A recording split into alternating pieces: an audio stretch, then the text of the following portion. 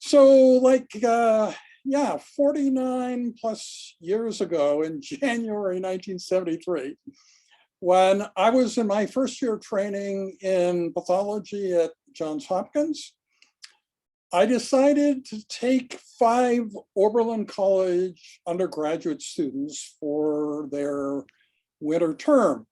And it was kind of nice how it turned out. There are a lot of things you could think of going wrong, like my boss being upset about what I was doing, or the students not being very good. Neither one of those things happened. The students had very, illustrious careers later on. And Robert Heppenstall was so fascinated by this behavior of a first year trainee taking other students and teaching them while he was being trained, that he said I should continue it. And I have basically since then. So if you look at most people as they advance in their career, like the furniture in their office gets bigger and they get the more central office, better view, all that kind of stuff. That's not what's happened to me. I realized that being immersed in the young people that I was training was going to keep me young, and was like a magical formula, that no one else had kind of discovered. So in May of 2015, I moved into the large office where the people that I was training were, and there was as many as 7 trainees plus me. And you'd say, well, how did that work? But I tended to be an early riser, so I would get there early, and like a lot of the boring things of my job, like dictating reports and so on, I would get done before the young people came. And then around 10:30, they would, quote, roll in.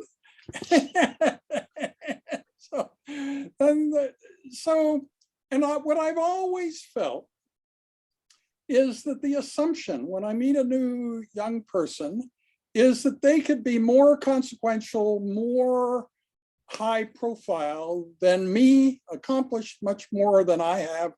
And therefore, I should treat them with potential, regard and reverence, because you never know what's going to happen. And maybe this is their juvenilia period, that they're going to become uber famous, surrounded by impenetrable security, and nobody can be face to face with them. But now I have this opportunity because they haven't been discovered yet. Yeah. So sometimes I'm wrong about that. I mean, the occasional person didn't do anything that particularly distinguished them, but still, it didn't hurt them that I had this assumption that they could accomplish much more in their career than I have in mine. And it also, I think, was responsible for a lot of the kind of unique things that I've done over the years. Often those ideas didn't come just from my own brain, they came from the people that I was interacting with and the young people. And so that's still, even during COVID, you would say, well, during COVID, you weren't sharing your office. During COVID, I was sharing my office, but it was kind of a secret sharing because all sorts of things were banned. You couldn't do faculty shadowing and so on. So we decided that the medical student who was in my office, we would not define what she was doing there, but it certainly wasn't shadowing, because shadowing was, forbidden and so on. And yeah, so, and that's still the case. Like the office that I'm in now, there's a medical student's desk by the window, and they have the best view and all that kind of thing. And like there are a lot of things when you share an office that are fun to do, like growing plants and various putting like, displays on the wall. If you have your own office and it's just you, it's a bit boring to, well, that's nice. You put up new pictures, but yeah, that's just you. Yeah. So it hasn't just been me really at any time during that whole period.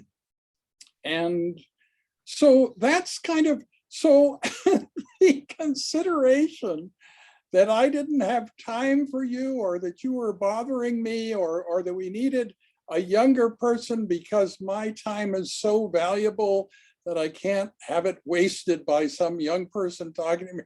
That's just absolutely the opposite of what my life has been. So let me also, when I tell you, as I have, I wrote to you, the project we're engaged in cannot fail. You probably thought, well, that's stupid. Of course it can fail. But let me tell you why I think that. Because I'm doing much more consequential things that I also think are unlikely to fail. So let's just take this. This is protein folding depicted in a pathologist's office. Now, I actually think that's a bit fictional. There aren't any pathologists that I know engaged in studying protein folding, but the importance of it is that in the fall of 2020, artificial intelligence solved protein folding, the sort of secret to molecule shape, the things that determine how receptors work and antibody antigen interaction, something very important in every biological process. And it's not something you or I could ever understand. The way that proteins fold is extraordinarily complex, by many orders of magnitude more complicated than what the human brain can understand. But artificial intelligence solved it completely in fall of 2020. And I argued then that all the other big problems of humanity are less complicated than that, or they can also be solved. So male-on-male aggression, institutional racism, climate change, nuclear war, you would see these are huge, big things, but they're actually simpler than protein folding. And similarly here, pandemics, water scarcity, nanotech, asteroids, global warming, so on and so forth. And then it all comes down to sort of this one thing of like, what is the outcome going to be of our interaction with AI? What's going to happen there? Are we going to end up in an idyllic world, or is it going to be apocalypse? What's going to happen? It all depends upon what's being depicted here, the basic goodness of human beings. And if there's evidence that this exists, then I think as machines get smarter than we are, they will accommodate humans on Earth because humans are good. And if there's no evidence that this exists, then they will simply ignore us. But you would sense all these things that I'm engaged in the larger sphere then are much harder to actually succeed at than what you and I are doing with this project with free fluorescence reagents. And once one understands how good the motivation for this is, I would think everybody that you discuss it with would feel inside them a sort of enthusiasm that yes, of course we can do this, because there are no real barriers. I mean, if you think about it, there are a large number of companies providing fluorescent reagents. So we don't have to succeed with DACO, but we probably will. Why will we? Because Western Africa is their territory, right? If you want to get fluorescence reagents in that part of the world, they are the firms selling them there. And so it makes more sense for them to provide them. And the costs are so low that it's within everybody's budget. In other words, in DACO adjuvant, it's not that people are going to say, oh, that's so much money, I've got to speak to my manager and my manager's man. No, it's within everybody's budget. What the costs of this, I don't know exactly what the costs are. As you probably know, probably the best-selling sort of reagent set and way of doing fluorescence is Ventana Roche. And their system, each slide costs about $5. So I'm assuming that the DACO system wouldn't cost more than that, but it may cost substantially less. So if it was $5 a slide, then the cost of providing free reagents for a year is, retail 10,500. It may be actual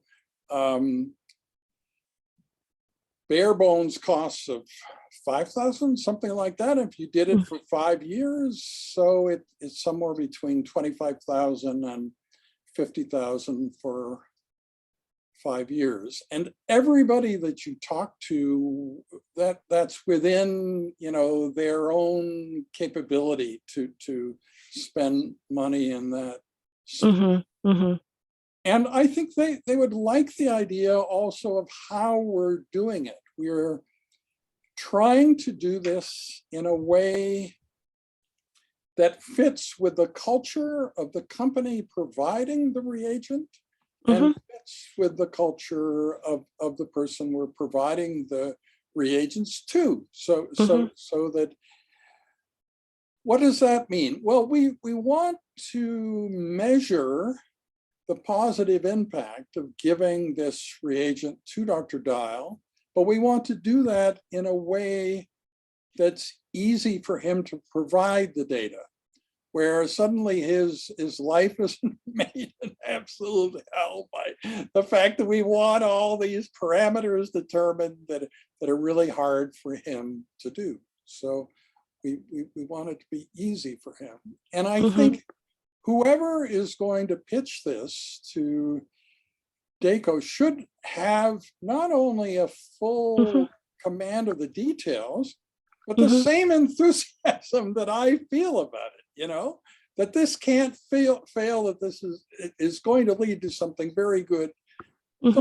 So that their first interaction isn't that DACO asks them a question and they say, I don't know the answer. And they ask another question and they say, I don't know the answer. So that's not what I want. I want a sort of warm, interactive feeling that where everybody agrees that this is a good idea, and let's just see how we can make it happen. I think I'm completely supportive. I'm impressed with this planning, the vision, the envision in terms of, hopefully we can have this a long-term support. Priya, Dr. Alexander, she sent me the report from last year, from 2021, when you presented at the ASN meeting. So it sounds like you did a lot of foundation work, a lot of that. So there was a survey, a questionnaire, right? It was done, and then you got 38 responses. Yes. And then you identified one of them as maybe our first step to initiate this. So just to tell you the other side of this, The other 37 people Mhm. didn't seem very ideal to, support. Some of them were working in for-profit hospitals in very I poor see. countries where Mhm. all the patients have to be wealthy and pay a large amount of money, and so that's not a setting where we want to provide help. I see what you Whereas, mean. Mhm. Dr. Dial works in a public hospital. He's there to help the people. He's not there to Yes. get Mhm. rich. Right? Yes. Yeah, So yeah. would you mind sharing with me the contact information of this pathologist who needs support? Do you Sure. have his, yes, and then do you have his survey results so that I have an idea? I know at last meeting you mentioned about he's dealing with about 300 biopsies a year, Yes, yes, yes, 300 kidney biopsies, right? yes. Yeah, Yeah, so it will be great if you have that information or from his response. right, That way, right. yeah. Yeah, I think some of that Or if you I'm can find it happy now, to could you uh, send it to me, to us? Yeah. sure. I'm happy to send it. Mhm. It sounds like he has a microscope, IF scope, right? Yes, he So he was does not need actually that. doing fluorescence before, and Uh-huh. he just found that he could no longer afford the reagents, and it was just not working out. But yeah, so he and he's a very well trained person. That's the other thing, Mhm. and he's very highly regarded by the people that he trained. So what I'm thinking is part of what will happen as we provide reagent to him and analyze the positive impact of that is we will get an idea if we were going to do a more successful survey with more than 38 responses, what else would we ask? What else would we like to know about these people, and how we can get them to be more enthusiastic about filling out the survey. He wasn't one of the first people to respond. We got all these responses that weren't very interesting, and then I contacted some of the training places that train people from developing countries, and they told me about him. So I wrote to Oh, him, that's how you got sent hold of him him. the survey and said, would you mind filling this out? Because I knew that his situation was substantially more favorable for our project than I see what any you of mean. the first people. Mhm. Yeah, so Okay. that's what happened. Yeah. I'm so grateful for all the background information. That's great. So I would, if it's possible, we would like to have his contact info and his original survey results, so Sure. then we can have an idea how we can help. It sounds like you already know he has done IF before. He has solid training. It's just about the cost to Yeah, maintain or keep up with the right. reagents. So And that way, and he has a system using DACO, right? yeah, Or yeah. doesn't matter, or he has a No, system. he lists Daco as his supplier. Yeah, it Oh, doesn't mean yeah, that. okay. Yeah, So then the other, I'm thinking about two hands. One side is to connect with him. The other side is to connect with DACO or DACO. right. I have never worked with them before. So, but I'm sure there will be, do we, at this moment, do we have any contact information from DACO or DACO? No, so the person that I wrote to is the International Vice President for Public So that's Relations. Renate Kane. No. Renata Kane is a kidney pathologist who's the head of the international Oh, committee okay. within the RPS. Yeah, yeah, I see. I completely misunderstood that. yeah, Sorry about yeah, that. yeah. Okay, I see. That's who So she is. then do Yeah. we still have the updated information from DACO? So the information from DACO, I think one important part of it is that as a company, they have great pride in their sustainability, their index of doing good for the world.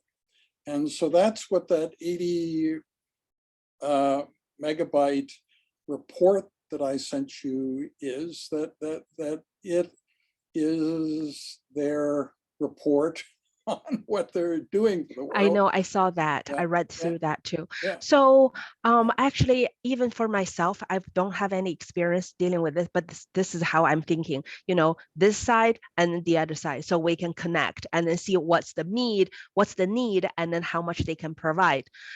The question for me is actually, I need to figure out, so when I count, so if we don't have a current contact information or someone, the contact at DACO, No, or do you see, have one? No, what I'm saying is that the whole idea of this next step is to deal with some local person who I see what you mean. is Yeah. responsible So for that will be something I yeah, do. I take over from this point. right, Or yeah, I initiate. right, right, Got it. Yeah. I usually, my understanding is for each company at different regions, different countries, they have their different representatives. right, yeah, So, and also they might have different prices for their reagents. sure, Right? sure, So I yeah, think I need to figure out that if the price here, I will start with a rep from in my region, at least to yeah, get hold of them. And then that person might be able to refer me to someone who can provide some help or further information, and then connect with their local agent, something like that. So that's what I can imagine at this moment. Yeah. right, So, yeah, and then we are hoping, I think maybe a smaller step at the beginning, maybe hopefully we can provide our goal to have 1 year supply and then see if this is sustainable, they can help us further. sure, And then if in the future we get more responses, maybe we can ask them to write like, kind of like a small application, so that if we have more fund for this yeah. project. But Yeah. what I think is that there are two phases from the DACO point of view. One is something where they're just trying out something. They're not changing policy, right? So, Right. so that's the first step. Yeah, we respect Then, their policy. Yeah, for right. sure. Then Yeah. maybe after they have the experience with this one sort of demonstration project, they might be willing to change policy and to make providing free reagents to some center a part of their Or we might get, as you mentioned, there's Montana, there are Roche. Maybe we can approach them, see if they sure, would like to have that, like, as donation, so sure, that, we yeah, don't get free reagents, but we have donation, then we can purchase for them. So I think there are different ways to get it work. right, yes, Yeah. yes. Okay. And it could involve multiple companies. You're Yeah. quite right, sure. And it tends to work well once people get the idea of what a wonderful humanitarian thing this is. Then they're sort of competing with each other, right? So that would be very favorable if we end up For like yes, that. for our project, yeah, to Yeah, support our colleagues around the world. Yeah, right. at Yeah, least their hands are not tied because of reagents, because of the supplies, things like that. Yeah, yeah, yeah, yeah. yeah. I think And this is a great project. the reason to provide free reagent rather than reduced cost is that when there's any cost at all, then corruption can enter in and people ask for bribes and all kinds of things. So it kind of makes it simple when it's free, because free should really mean free, right? Right. And so that's why in many parts of the world where corruption is very high, you want to kind of avoid setting up the middleman for big profit, right? So True. you know, Yeah. the free reagent comes to the airport, but the person who's bringing it from the airport to Dr. Dial charges him some huge fee or something. So that's what we want to kind of avoid. And yeah, because I'm so naive on this. I don't have much experience, but I grew up in China and then I came to the US for school. right. So what I noted was, say the same drink, if it was sold $2 in China, when I came to the States, it's also two Chinese dollars in Right. China, but $2 in the US. So, but if the reagents is selling at $2 US dollars, then in a developing country, that's a lot of money. It's Sure. very expensive. Yeah. Right. So I think I need to do some homework in terms of how to, once we have the background information, I do the homework, the research. Then Sure. when I contact them, I will have at a better position to ask help. Yeah.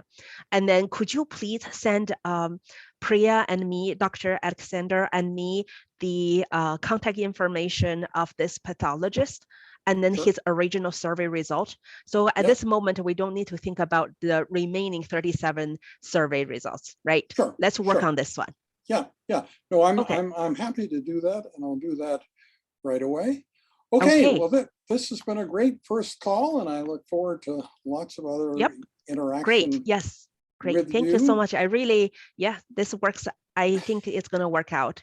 Let's get it rolling. Sounds good. Okay. Great. Thank you. Thank you so much. Yeah. Right.